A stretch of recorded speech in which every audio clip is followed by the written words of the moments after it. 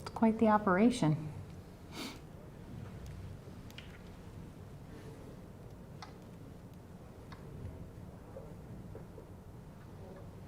I feel like you're in a real newsroom. Cool.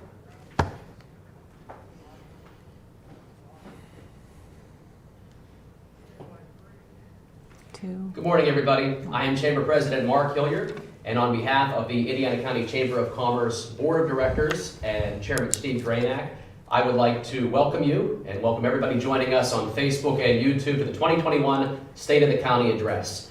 The Chamber of Commerce is a nonpartisan organization. We represent the business community and advocate for a stronger and healthier economy. So before we begin this morning's event, I want to take the time to thank everybody who submitted their questions in advance. A reminder that if you do still have a question that you would like to ask during the event, please email it to questions@indianacountychamber.com. That's questions@indianacountychamber.com. And if you're watching on Facebook or on YouTube, you can also post in the comments section below. We'll do our best to get through all of the questions that we have. We did get quite a few on a variety of topics, so I'm hoping that we're going to be able to cover a lot of ground today. So before we begin, I'd like to recognize our presenting sponsors for today's event: Penelec, a First Energy company, and Comcast. Thank you both for helping to sponsor today's event. And now I would like to introduce the Indiana County Commissioners, Commissioner Robin Gorman, Commissioner Shireen Hess, and Commissioner Mike Keith. Thank you all for being so gracious with your time to join us today. So without further ado, we are going to get on to our pre-submitted questions, and the first few questions will be related to the American Rescue Plan and COVID-19 relief efforts. So we'll start with question number one. How much money do you expect the county to receive from the American Rescue Plan, and how do you plan on allocating those funds? And we'll start this with Commissioner Gorman. Thank you, Mark. And I'm going to talk on behalf of all of the commissioners this morning. I'd like to thank the Chamber and particularly the Government Relations Committee for giving us this opportunity to interface and interact with our residents and citizens about very important questions and issues they have in their lives today. It seems like we were planning this for over a month and it's finally here, but didn't know that April 22nd was going to bring snow this morning. So we're very glad to be here. So how much money do we expect to the county? To the county specifically, we have been allocated $16.3 million, and I'm rounding.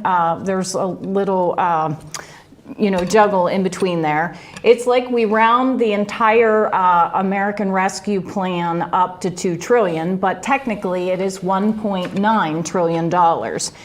I've talked in terms of it's been unprecedented in my lifetime that we have seen specific allocations to the county, like the $16.3 million to Indiana, but also to boroughs or municipalities and townships got specific allocations as well.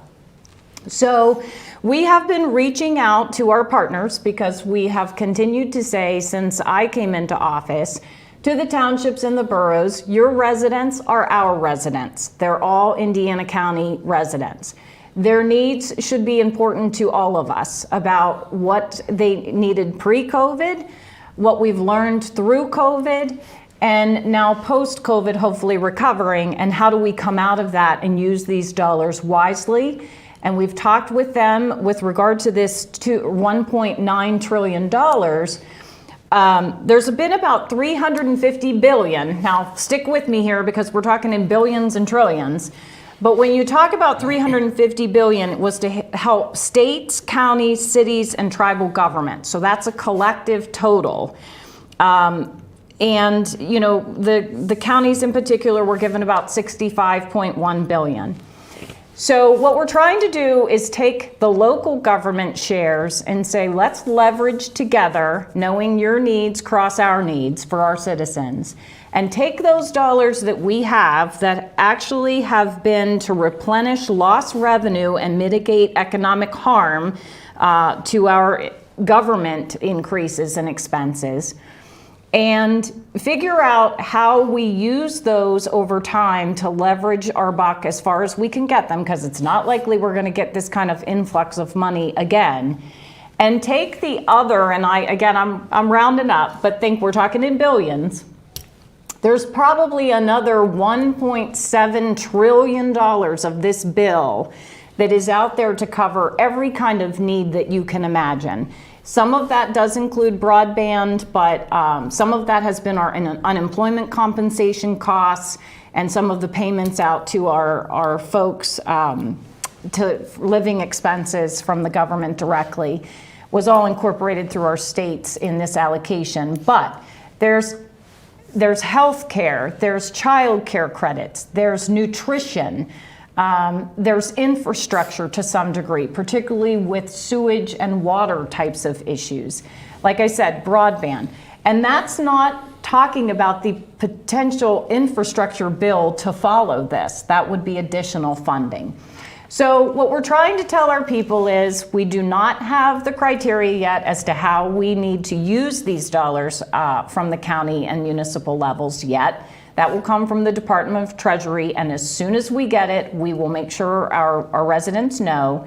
And then, what happens then is we do need to hear from our public, and we hope, Mark, that maybe we can entertain the chamber and other partners to do something like this, where there's interaction, that we can actually have feedback from our citizens to know, how do they think these dollars should be allocated, and what are the needs maybe that we don't think we know about right now.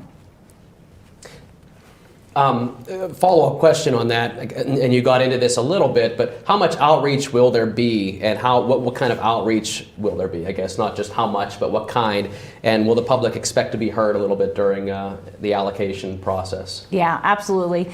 I'll liken it to maybe more individually working directly with our boroughs and townships, because we believe that our residents where they live, they're the most interactive with those councils and groups, and that's where they get their basic needs really, or they go to complain about an issue they're having locally. So it's very important that we are working very closely together to understand what I would call truly those infrastructure needs that people have out there. But that's not to say that that gets everyone engaged. So we do need to use forums like our chamber. We need to use forums like potentially the United Way, our churches, our nonprofit organizations, our food distribution. Because we have learned through COVID about a lot of what I would call voids in our communities that we thought we knew, or we thought we had a sense of how rural in nature and hidden some things can be. And we got an awakening that people were underserved, or they weren't being served, or they weren't asking for help. And that could be because they chose that, or because they didn't. But we've learned a lot, and we need to use that going forward to be better, to serve our residents and what they need. And hey, we've been very open from the beginning about our phones are on, our doors are open, and we want to be engaged with our residents and truly do a good job for you to know what we should be doing and focused on. We want to hear from you.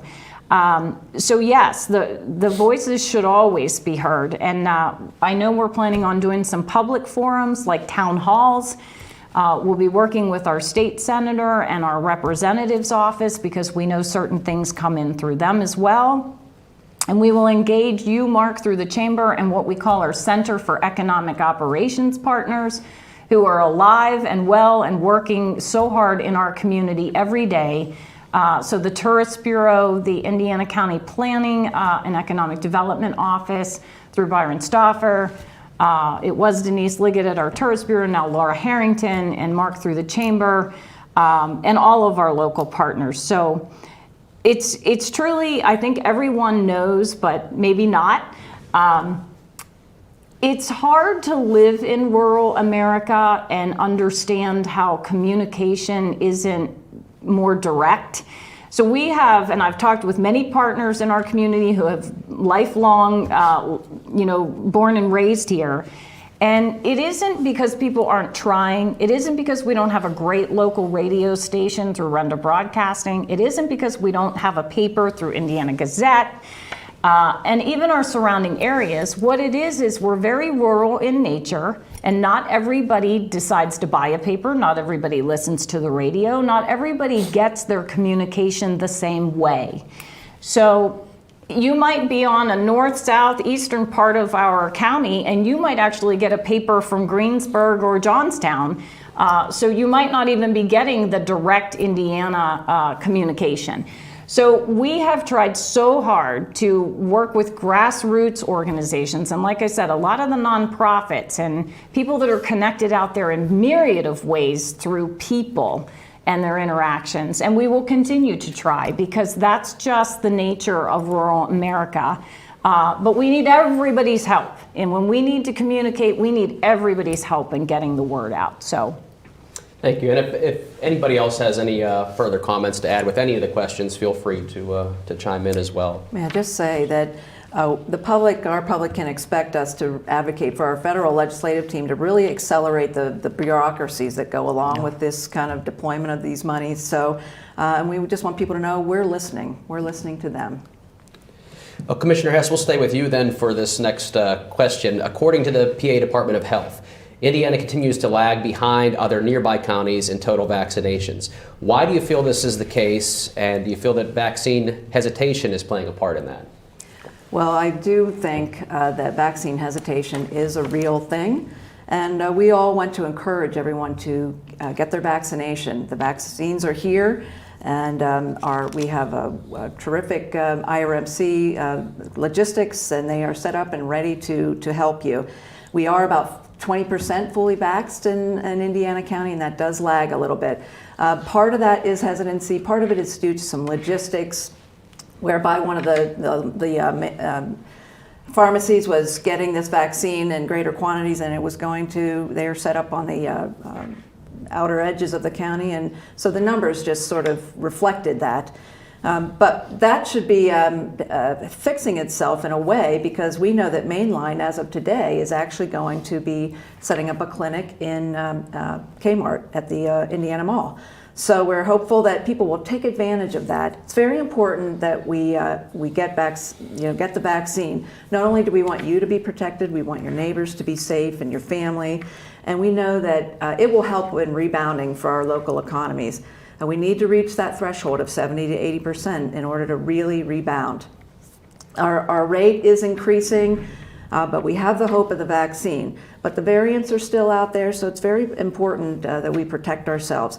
Positive news is our congregate care facilities, like the jail and our long-term personal care homes, seem to be avoiding outbreaks. That's good, but since we know our positivity rate is going up, we know that it's in the community, the virus. We want to encourage people and understand that masking indoors is still required. We will not fully rebound until we get this virus under control. The American Rescue Plan is going to be a great help in that. It already is. We know that Indigo is a great partner in that in terms of reaching some of the outer populations. If you are unable to get to one of the locations, Indigo will pick you up. You need to just give them a call, 465, I did have their number somewhere, 465-2410, and they will be glad to help you out with a free shared ride program. So there are many options. We are continuing to try to reach our home. We do have a program for our homebound individuals, starting up with our partners IRMC and Aging Services, and we hope to reach all those folks who are in need of the vaccine. To wrap up, we know that our jail is going to be vaccinated soon. That's a good thing. We continue to work with all the partners. We want to thank our frontline individuals, the nurses, the medical professionals, the folks at the pharmacies, all of our emergency medical services folks who are partners in this venture. And again, we encourage all residents to get their vaccine as soon as they can. Thank you. So the next question is still related to COVID, the impact of COVID-19. But in this case, we're talking about social services. But what impact has COVID had on the county's social services, specifically related to issues such as child abuse, spousal abuse, and drug abuse? And Commissioner Hess will stay with you. Yeah, thank you. We knew in the beginning of the pandemic, although not to the extent of which it happened, that social services everywhere around the world were going to be facing significant challenges with a shutdown. And so when that occurred, and even at that time we had no idea what was to come, we prepared as best we could. And in terms of child abuse and spousal abuse and drug and alcohol issues, I got some reports. So our Children and Youth Services, I found from them that their intake department never stopped going to homes to assess reports. And that's important. Now they had to modify how they did that for the protection of everybody. And we know that some of the providers, though, and our CYS is mandated to do that, but some of the providers did have to curtail their services because of the pandemic. And so that made it difficult for referrals. These things were sort of rectified to some extent through telecommunications and Zooms and phone calls and so on, but it had an effect. It did have an effect. Our courts, I'm happy to say that, you know, the allegations of abuse, they didn't, it wasn't a comfort to know that the reported calls had decreased in the beginning, because we know that mandated reporters were just not able to make those contacts. So now things are returning to some sense of normalcy in terms of the numbers. And so we see that returning to where our agencies and our organizations are better now that schools are starting to open and society as well, that they are able to get back to the job of investigating child abuse and negligent reports. We know that the Alice Paul House continued their operations, even though they had to modify some things. And they provide these vital services. We know that on campus, things were difficult for students who had to isolate, and sometimes they stayed in unhealthy relationships because of that, so there were some domestic issues there. We know that our drug and alcohol programs had significant issues.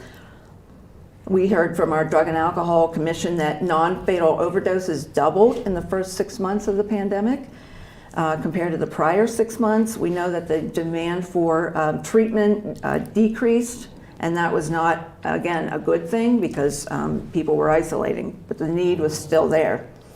We know that treatment providers were challenged to do distancing and other safety things so that they had fewer beds available. We know that substance use disorders increased. It was a problem. Anxiety, depression, isolation, mental health, it all increased as a result of the pandemic. There may be lifelong consequences of all this, and I think our agencies and organizations have learned that these gaps are real, and that we can hopefully make some programmatic changes that will help people. And I want to give a shout out to all the dedicated people who were on the front lines through the pandemic. They deserve our gratitude and our thanks. So all that to say, things are returning to some amount of normalcy, but lots of issues remain. Yeah, Mark, if I may, I just want to revisit two things that Commissioner Hess spoke about and very well. But let's go back to COVID, because I want to be sure that everybody understands we're on the move to fully vaccinate all community, and that is even in-home vaccinations. And it really speaks to the last comment that Commissioner Hess said, and that's, you know, your community partners who have always been there, your emergency management agency, your Office of Aging, and the Visiting Nurses Association through Indiana Hospital, the hospital itself, the new Chief Medical Officer, Dr. Neff, BJ Pino and Randy through the community citizens and the paramedical side for emergency management. I mean, we have dedicated people. They've always been at work out there, but they're what I call working on steroids through COVID. And they are all working together, again, more going to the grassroots partners that know the people who are in home and cannot access the vaccination themselves. They need help, and they either need someone to go to them, or they need very important transport whereby they cannot do it themselves. So they are working on steroids overtime to make sure anyone who wants and needs the vaccination has access to it. And the last thing that Commissioner Hess spoke about with regard to the abuse and the substance abuse, the drugs, the mental health issues we knew were already on the rise pre-COVID. And again, folks like Alice Paul House, it is Domestic Violence Month, and to bring awareness to the issues, bring them out in the open, and to not hide them, and to get help. So we just call attention to that. We thank them for their service, and it's actually, it's recognition of the 911 folks as well. And I always refer to these partners as the most critical pieces in an incident to get you the right help, but they're usually the silent partners that are never seen or recognized. So never fail to reach out and thank our volunteers. Certainly a lot of unsung heroes, I think, throughout the pandemic, especially in our county. But we'll move on to the next question, and Commissioner Keith, we'll start with you. It's related to rural broadband, which we touched on a little bit earlier, but how much money will be allocated for rural broadband expansion this year in 2021, and how does the county plan to identify areas of priority for the expansion? Well, to identify what we're going to be doing in 2021, I think we need to actually take a little bit jump back to last year. And I've said before, the pandemic has brought bad things to the county, but also in some manners brought good things to the county. In our rural settings, as Indiana County is, broadband really wasn't looked to as something I would say put on the priority list. And when the pandemic hit, it was pretty much identified that this was a very, very vital part of Indiana County as far as communication goes. So last year, with the CARES funding, we were able to put $2.3 million into construction projects. And one thing I want to say is I want to reach out that our planning office, along with our emergency management, and also a group of other people who actually was on the forefront of broadband. There was construction projects and everything that were identified, and those were actually put down in writing. And in prior Board of Commissioners, Blue Spruce Park was one of the smaller projects that actually got started to reach out. So with that being said, last year, $2.3 million put a lot of construction projects in the move. Those projects were actually all over the county. I can't actually say that there was one part of the county that actually received more than others. The projects actually reached to all ends of the county. And again, you have to realize most of these projects, you have to have a place to pick up from and then continue with the broadband, and that as far as what I call hardwiring. In April last year, we actually reached out and contracted another part of broadband, and that was a vertical asset survey. And that was actually done throughout the county most of the year last year, and that is to reach out and find out and survey elevations in the county. It could be a barn silo, but different elevations in the county where wireless could actually be part of the reach out of broadband to our residents. So with that being said, all of those were put into play, and construction began. A lot of the construction, again, under CARES funding was completed by December 31st. This year, we received, which was applied for by Director Stauffer last year, the ARC grant of $1.5 million, which is a 1-to-1 match. And Congressman Thompson actually sent news a few weeks ago that Indiana County was approved for that. So being said that 1.5 and we match 1.5, we're actually putting into play $3 million this year. And again, construction projects in different parts of the county have already been put into play. We know and it can identify where we're going to head with different projects. The thing about the project and constructing it is now we need to actually sit down as a group and figure out where we're going to get our biggest bang for our buck. Again, we reach out to municipalities, and when we go to meet with the municipal governments, being a borough or a township, that's one of the questions we ask is identify your parts of your municipality which this broadband is needed. And we've also, I've sent out to each government that name roads. That's the easiest way. Name roads that you can identify don't have it. And when it came back, we put the map together and started putting the lines and everything, and which shortly we're actually going to do a press conference on of past, present, and future where we're going to go.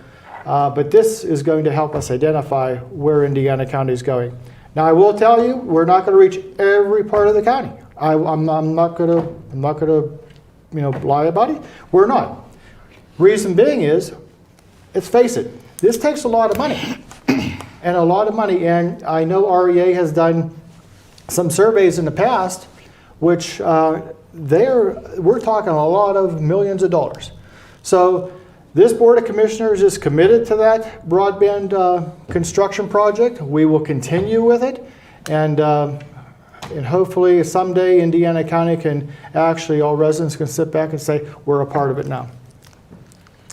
I'd like to remind everybody, too, that if you do have a question, you can still submit that during the event here. Either post it in the comments section below if you're on Facebook or YouTube, or you can email it to questions@indianacountychamber.com. And we are getting quite a few questions in particular with one subject, which we'll get to a little bit later. So for those of you who are submitting, thank you. We'll try to get to one or two of those here in a little bit. But we'll move on to the next question that we had pre-submitted. And Commissioner Gorman, we'll start with you if that's okay. What will truly happen to our county if the Regional Greenhouse Gas Initiative goes through? We've been hearing a lot about that, but what would truly happen to the county, and what efforts has the county taken to oppose it? Oh my. So Regional Greenhouse Gas Initiative, short, you may have heard it called RGGI. And I will tell you, the commissioners have been working overtime to make sure that people first know about it, understand what it is, and as the question so astutely asks, what will happen to Indiana County? Let me start right out of the gate for anyone involved in this issue. Just because we are fighting back for fossil fuels on RGGI does not mean we're against where the future needs to go with alternative energies. And I think everyone throughout this issue has made that very clear. Your huge energy companies know the future. They've begun diversification in many alternative fuels. They've tried to clean, they've tried to capture the carbons in a responsible way that is the byproduct that everyone is concerned about. And most of them are meeting regulations today or exceeding those regulations. The seriousness about the RGGI is that this causes a time frame that could have been spanned out, sort of like when in the past when you missed something and you said, well, can I be grandfathered in?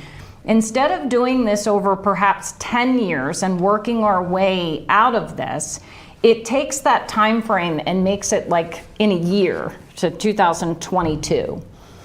And anybody knows when you take a time frame and contract it like that, that means you don't trickle out jobs over time to allow yourself to find other work or how you're going to handle that and replace those jobs.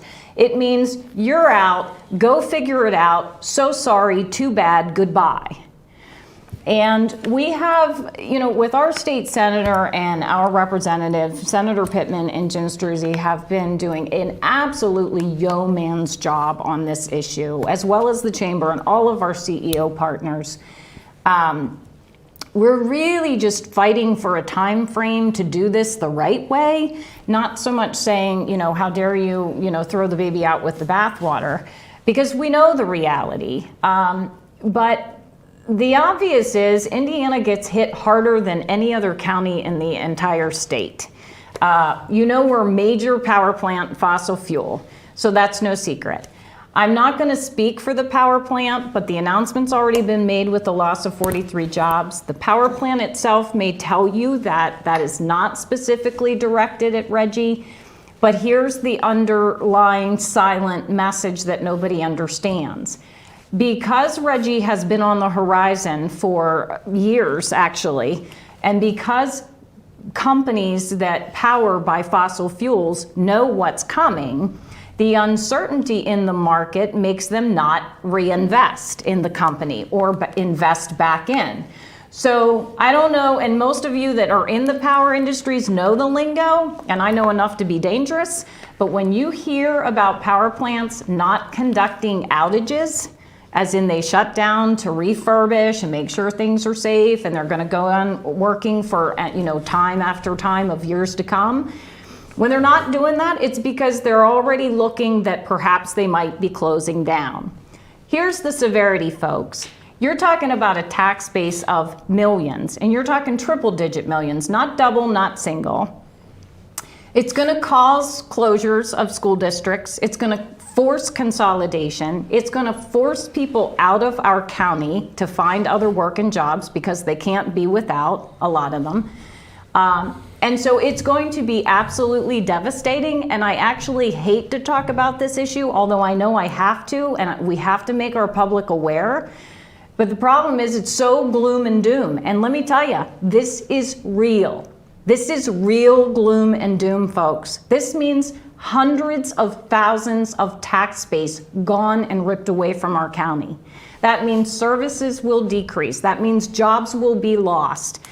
It means quality of services will go down. The only other thing I want to make sure I get in is when we go out to our boroughs and our townships, as Commissioner Keith said, as we're out there asking questions, our top 3 questions are broadband. Do you know what Regional Greenhouse Gas Initiative is so you can be talking to this issue locally and getting the word out, knowing what I said about communication in this county? And the third one is citizens ambulance, as in when you make that call in the most critical, vulnerable time of your life, is the ambulance going to come? And these are huge issues in our community, and RGGI will impact every one of those. Mark, I'd just like to make a comment also. And I'm dating myself. I'm going back. And I'm going to compare Reggie to something that Indiana County has actually experienced years ago. And this deals with fossil fuels also. But if we can go back to the 1970s and 1980s up in northern Indiana County, if you remember, there was a coal mine industry, Greenwich Collieries. Greenwich Collieries was a very, very large company that operated in many different areas throughout northern Indiana County. When Greenwich Collieries actually made the decision to close their facility, that facility, again, we're going through the same steps as we heard before. The county identified it. We're going to go ahead and help our people who lost their jobs to go ahead and be trained for new jobs. All that is gone through. But it didn't. It didn't. People actually, when those jobs closed, they are very well-paying jobs. When those jobs closed, if you couldn't find work to sustain or be able to raise your family within those means, you left. You left. And in northern Indiana County also, it affected Cambria County, because I can remember going down through the streets of Barnesboro on a Friday, Saturday night, and those streets were full. You go down through those streets today, those streets are not full. So we're talking how many years ago, the 70s and 80s, and northern Indiana County never did get over the job loss that when Greenwich Colliery shut down. So we don't want to go through the same process. And again, here I am, I'm reaching out on, as far as from the Board of Commissioners. Again, I reach out, number one, to Governor Wolf. Governor, we have sent letters, we have sent messages, phone calls, and you have not, to this day, have not responded to any of our means of actually sitting down across the table and working with you. Nothing. So tell me, how does that actually become totally true transparency between state government and county government? And just to say, it is going to take a significant toll on our county when this happens. And there's a saying, managers react to change, leaders create the change. And in this case, we have to do both as the leadership, and we will. We can move ahead with the world, but we also need to protect what we have in Indiana County. Our people here, our ancestors, they built this country, and we need to move ahead with the right investments, and the rest of the country needs to understand that. So we're committed as a team, as leadership in Indiana County, to doing what we can to make those investments come here, and to work for what the future holds. And the next question is related to that, but if I could just quickly, if a citizen's hearing this right now and is concerned, what kind of action would you recommend that they take? If they're hearing this, they're a little bit concerned, and they're saying, well, what can I do? What would you recommend to those people who are hearing that? And that's for any of you. You know, our residents, whenever any large topic comes up, and we get a group of them, and they voice themselves. Well, this is one of those things that we continually reach out to our citizens, because believe it or not, Mark, when we go out and we speak about this, you would not believe how many people, when you ask them about it, still don't know about it. I mean, this has been on the radar for years. 1 or 2 years is whenever this has been acted. This has been on the radar. This has been spoken about in every form, shape, and manner that can be. So, residents, Indiana County, this affects you. Whether you live in Homer City, whether you live in Salzburg, or whether you live in Banks Township, this is going to affect you. So, your voices need to be heard. And believe me, Indiana County, we know, we already understand, we're already out there fighting. Send those messages to Harrisburg, is what I ask.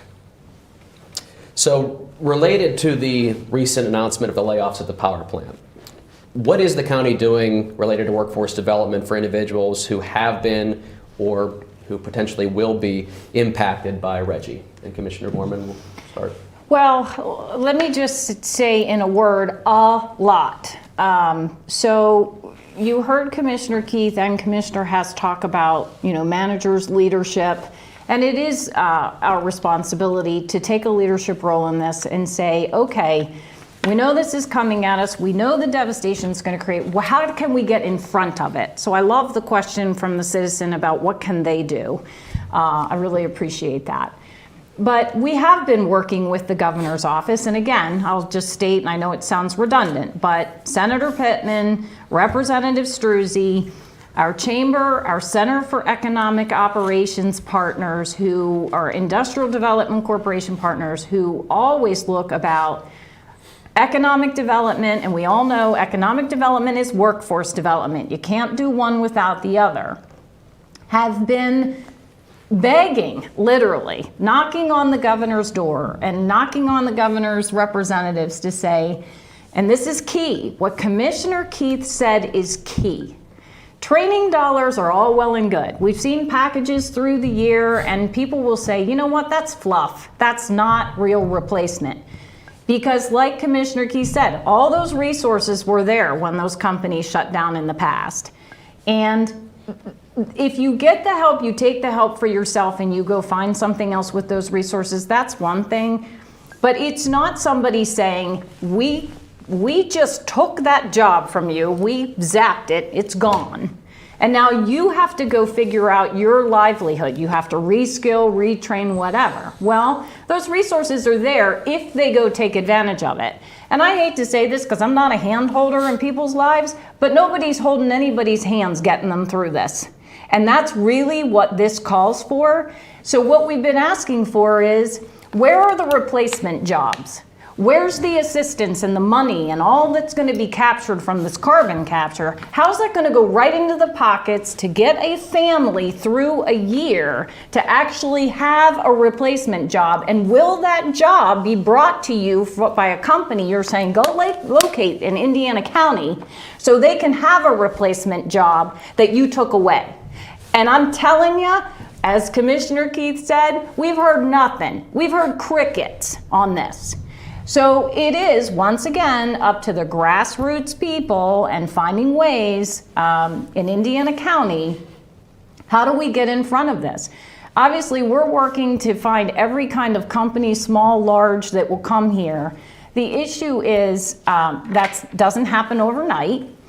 And most of the time, the kinds of jobs in the fossil fuels areas that you're trying to replace, even with alternative energies and other kinds of companies, whether it's manufacturing or retail or whatever, healthcare. Just to be honest with you, in a lot of cases, you're not going to replace the salary and benefits that a fossil fuel industry of today, with the years that these people have in. It's not going to be a apples to apples replacement. I mean, they're going to take a loss. So, you know, this is very serious. It's not that we're not trying to do many things. Let me speak about a positive thing. So hopefully folks out there in Indiana County know we've put a lot of investment in the Conservation District, our Indiana County Technology Center, as well as the transfers of credits and working together with our Westmoreland Community College to reskill and have a no wrong door approach.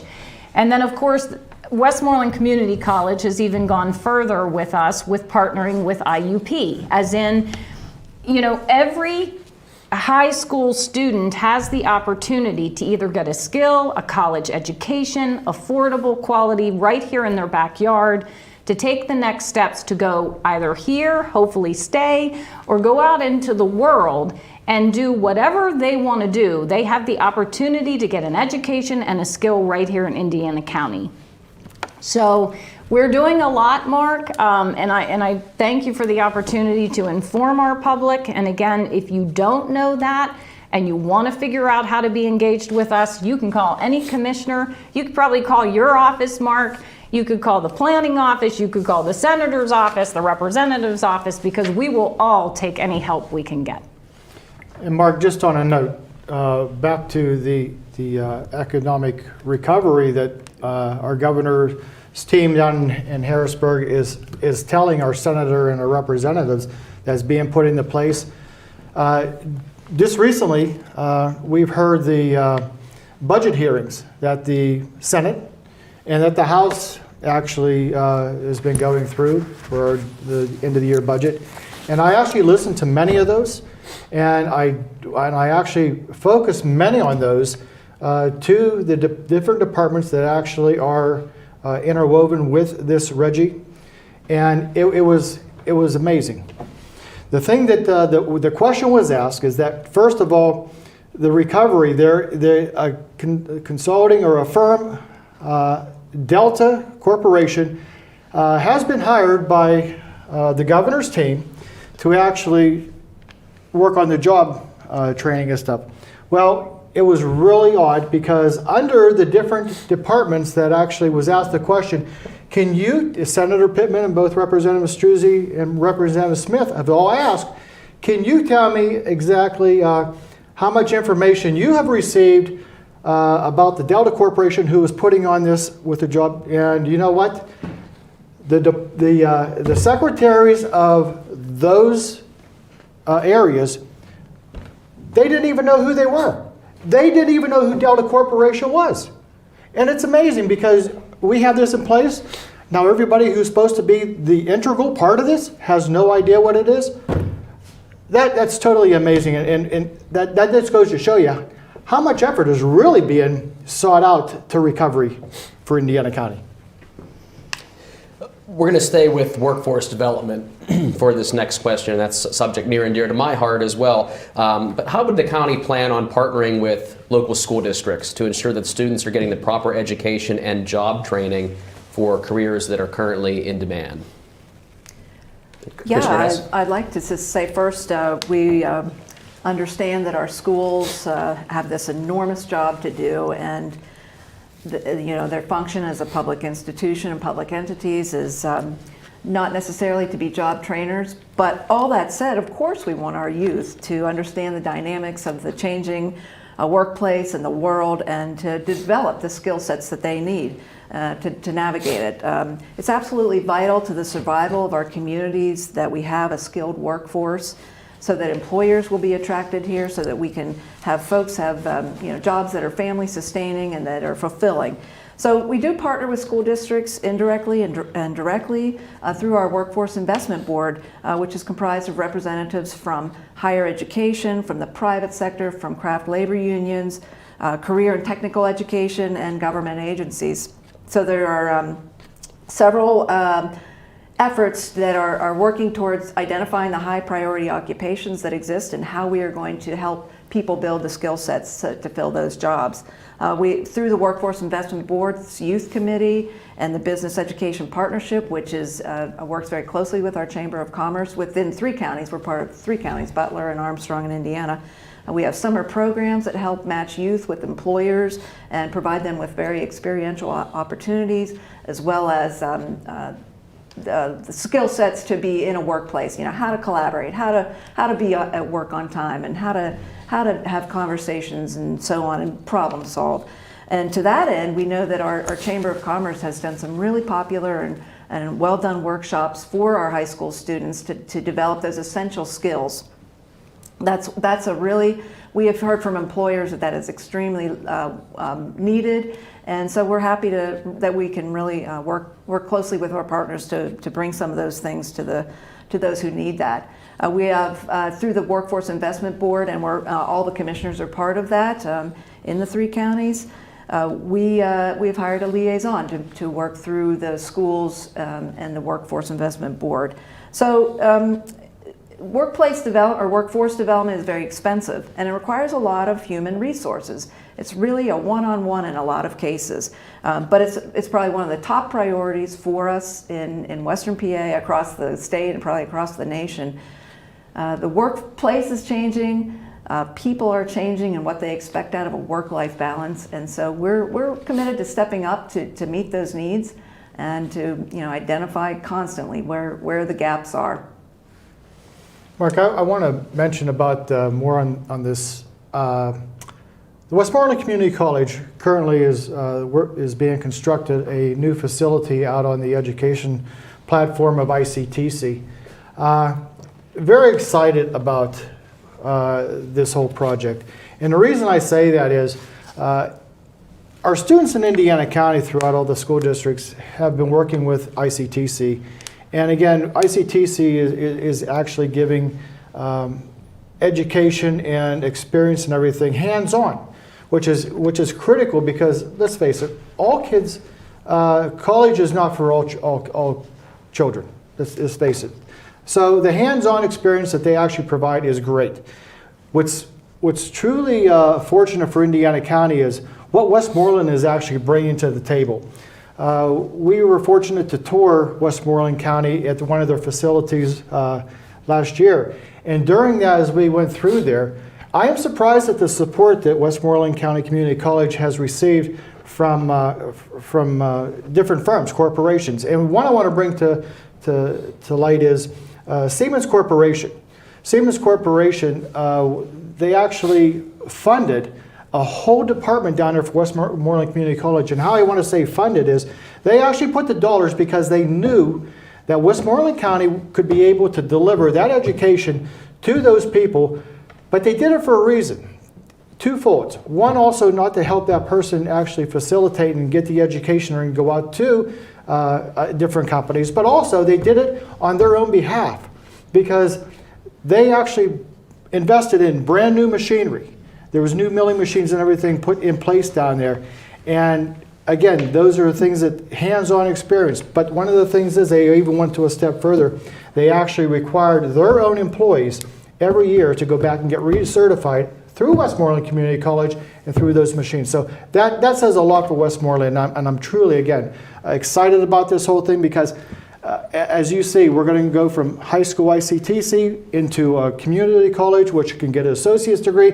And if they want to further that, it's great that IUP is partnering up in their part of it to actually finish that education. We've been getting a lot of questions, and I think with talking of school districts, this is probably a good time to interject and ask this, related to the discussions that have heated up recently about the potential closure of the Salzburg School. So I'll throw this out to all three of you because this is something that we've been getting quite a few questions on during the event. What is the position of the commissioners on the potential closure of the school and the impact that it could have on property value and businesses in that area? And that's open to anyone who would like to ask. Well, this is loaded, right? Position of the commissioners. So I'm certainly not going to speak for my colleagues, and really it's really not a position that we as commissioners have any authority to take. So we can't stop it, we can't prevent it, we can't, close it down, so to speak. But let me say this, it deserves an educated response. And I'm just gonna put rural in capital letters out there, folks. And you're gonna hear me talk my entire term in office about the disadvantages of rural America. And if we haven't learned that through COVID with the broadband issue alone. Now look, I understand how funding works. I understand how allocation has always worked, and it's worked on population. But let's get serious here. We're all Americans. We all deserve to be equally treated, and we all deserve the same piece of the pie and not to be disadvantaged. Rural America has been left out and left behind over the years of funding. And when you make a choice to live in rural America, you almost have to accept, well, the dollars aren't coming here like they're going to the big metropolitan areas. Now, let's just go to the microcosm of education and school. And I specifically did not talk about workforce development and that in the way that I can, because let's face it, I've had 30 years of experience in this area and was a school teacher from the very young age of 19. So I know what it means to be in the classroom.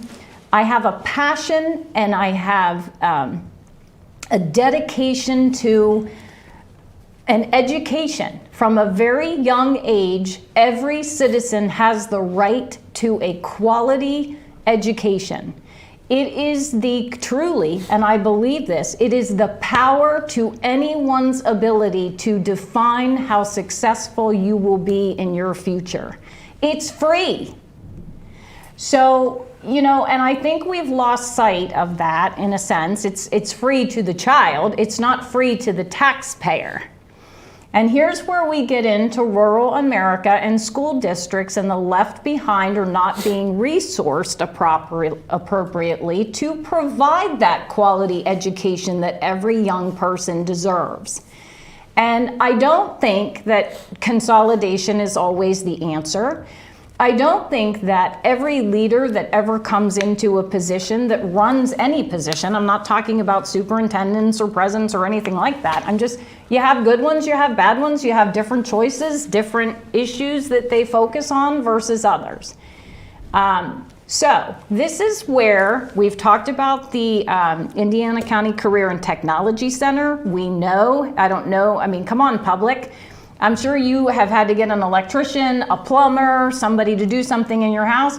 And first of all, if you can find a good one, first of all, what you're gonna pay for that nowadays. And then third, I'm sure when they're in your home doing the work, they probably talk to you about how hard it is to get good help to do this kind of work. So there's the partnering of, as young people are coming through K through 12 and they're defining with their counselors, as they should be, about their career path, and monitoring expectations of the kids that they know very well aren't going to be, pardon my expression, rocket scientists, and are guiding them to the right things where they can love and have fun with and can really be good at. And then put them into a track where they can go get that skill or that education, whichever the preference is, no wrong door approach, and have the accessibility for success in their lives to get a good quality paying job. So I can't tell you, I'm not going to take a stance on Blair's, that's their business, and certainly they know it way better than I do. But I don't think that just consolidating and making other people travel hours. I was a recipient of that, and that was in Maryland when we went to the open school model. I spent an hour and 15 minutes on a school bus ride to school every day, and I will tell you, I lost interest in school altogether by the time I got there. It is not good practice. The only other thing I'm going to say on this issue is, again, public. We've learned a lot through COVID. If we could just automatically take all of our kids out of school at a truly a snap of a finger and say, okay, everybody's staying home. Parents, take care of this. Go homeschool, go figure it out, get online if you're lucky enough to have it. Then surely we can start to talk about alternative ways and options to provide our most important future assets, our children, a quality education, whether that's a blended online now that we've learned is truly, an option, or we find other ways to take and keep our old schoolhouses that we know from decades of history have worked and stood the test of time. But the key is, Mark, figuring it out together for ourselves. And I don't like it when I just hear votes and I hear arguing and I hear attorneys. We need to start to really work together for the betterment of ourselves and our county for our future. Mark, one thing that I've actually, when I've gone to school districts to listen to the school boards and talk to them, one thing I did find out that the homeschooling is an issue. And the reason I say that is I want the residents to know that homeschooling is not the total solution to the problem. And the reason I say that is financially, it actually costs more, and a school district has to pay for that student to get homeschooled. It actually costs more for a school district to pay for a student to get homeschooled than it does for them to actually go to a public school and receive their education.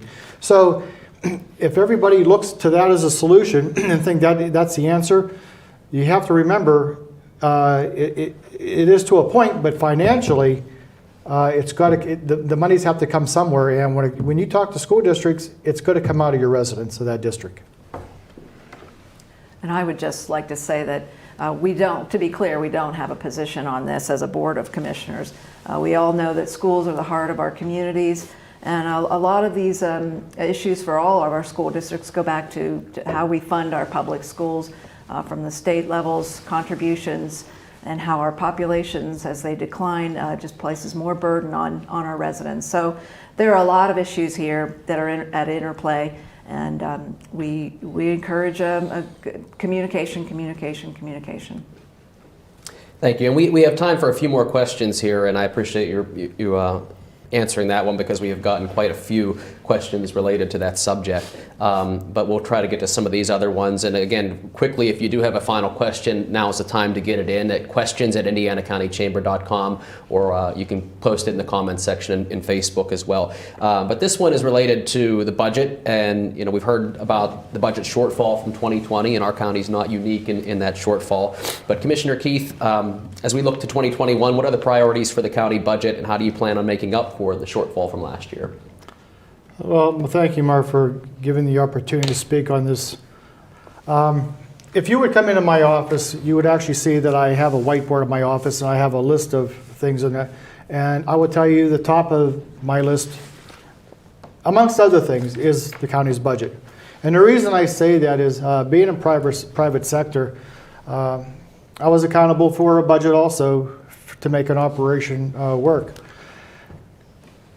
Coming into, well, first of all, working with the budget in local government as a township supervisor, I kind of got the idea of how things operate and where your different fundings and revenues come from. And again, you're talking different expenses. But now coming into a county budget became a little bit more in depth as far as responsibility, accountability. Now, I want you to understand that the commissioners are responsible for over 35 departments in Indiana County as far as their budgets.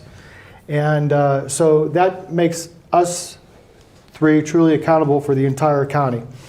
So the difficulty is we're working with services. County provides the services to the residents, and through those departments are services that are being provided. And all those services, they all come with a revenue generation. They come with a respective expenses.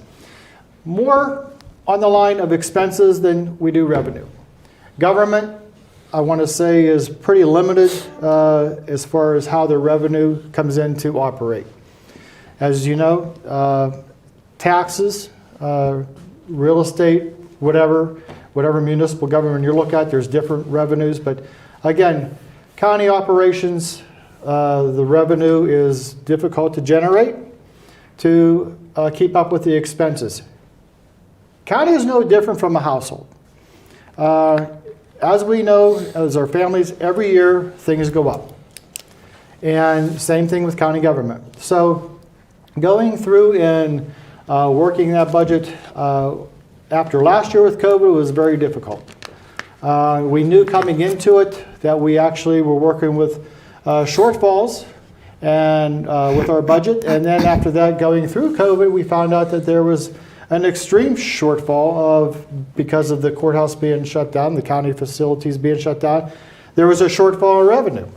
So putting that all together, the county last year basically shortfall was $18 million. To sit here and tell you again that we could find that, that's not going to happen again.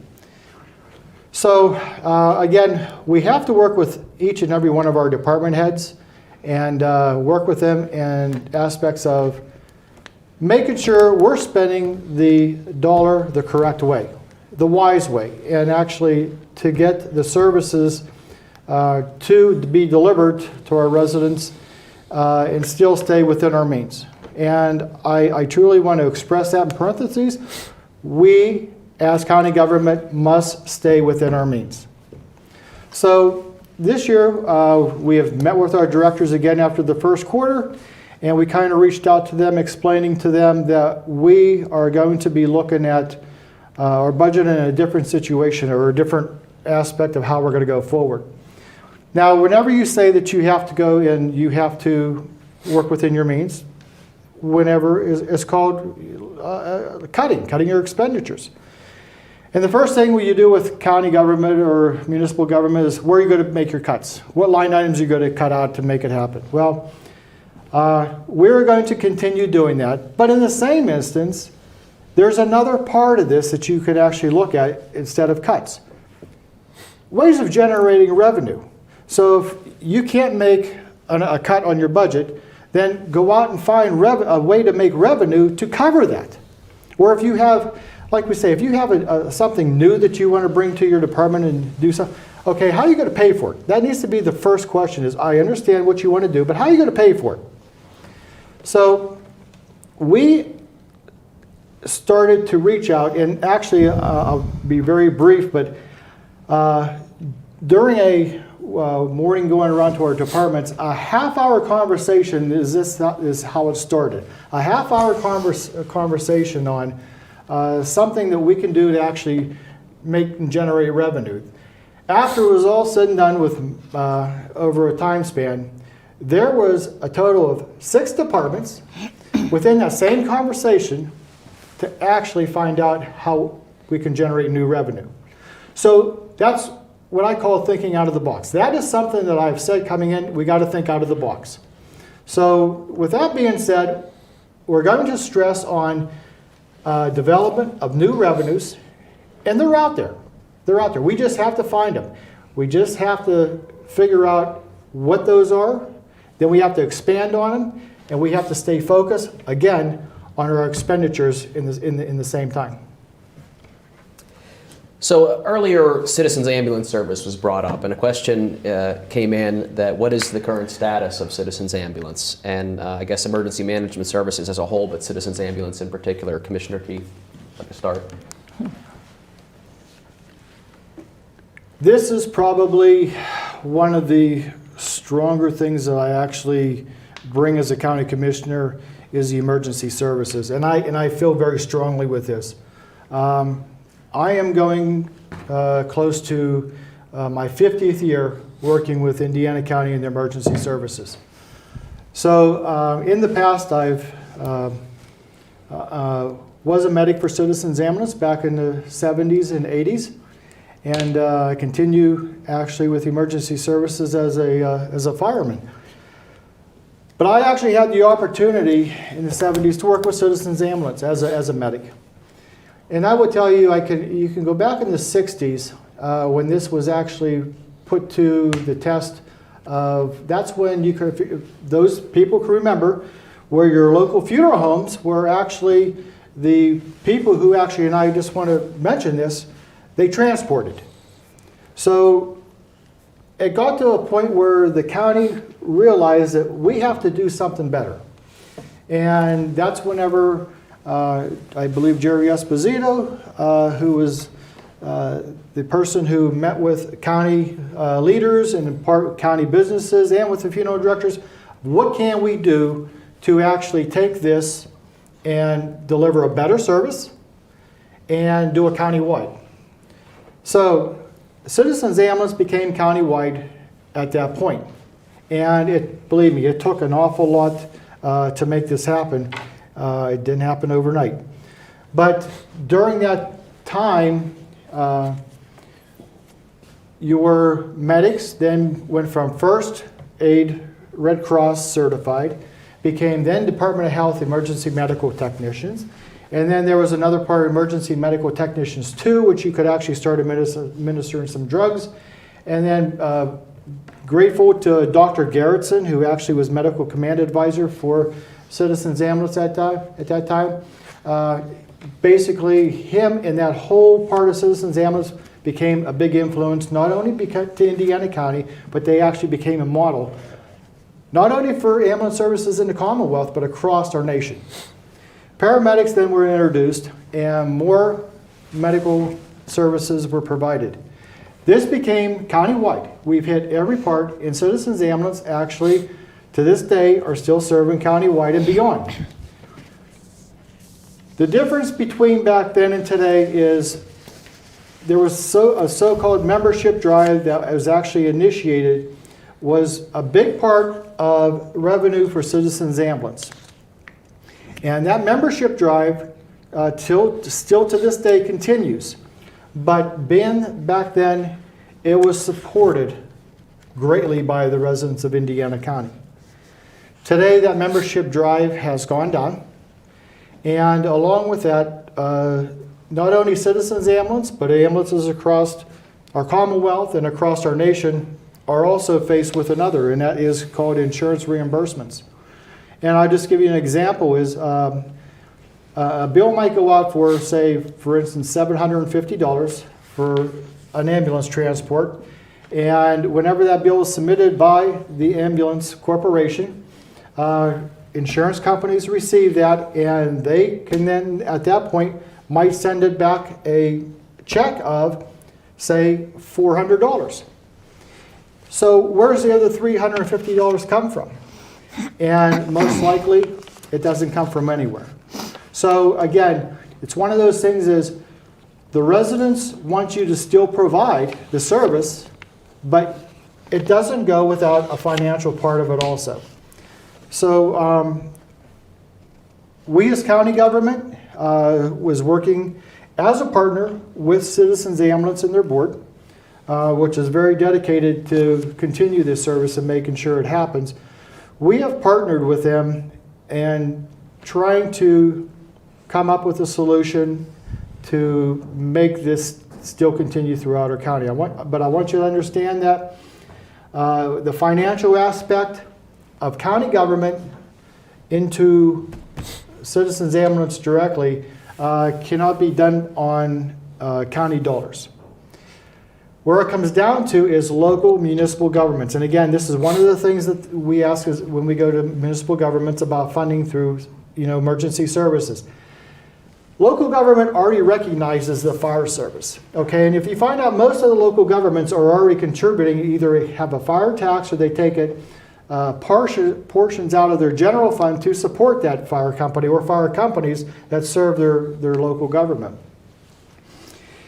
Where it actually states in the borough and municipal and township code is that they, as local government, they are the ones that have to provide the service.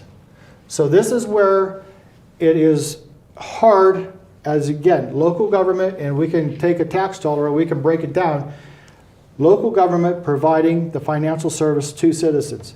Can it happen? Most certainly.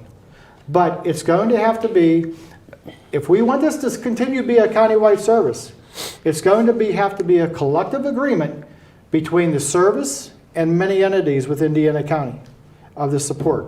And we can sit there and we can take the outer parts of Indiana County where borders other counties, and they can say, well, we can rely on them. Well, you can, but you have to realize that those other counties are actually right now providing services to a general area. When you expand to that, you are actually shrinking your response and actually creating a void in different areas. So where Citizens is actually providing you a service within so many minutes, we don't want to go out west where they're actually looking at half hour, 45 minutes to an hour to actually get an initial response. I'm sure that doesn't want, we don't want to see that happen in Indiana County. So again, we are going to, and we are partnering with the Citizens Ambulance Group, and we will continue to partner with those groups to find a solution to this problem. And again, you understand, Citizens is a county-wide. One ambulance service is providing service. Not like other counties throughout the Commonwealth where you might have 2, 3, 4, 5, 6. This is county-wide. So we really, this is a big issue also that we need to be tasked with.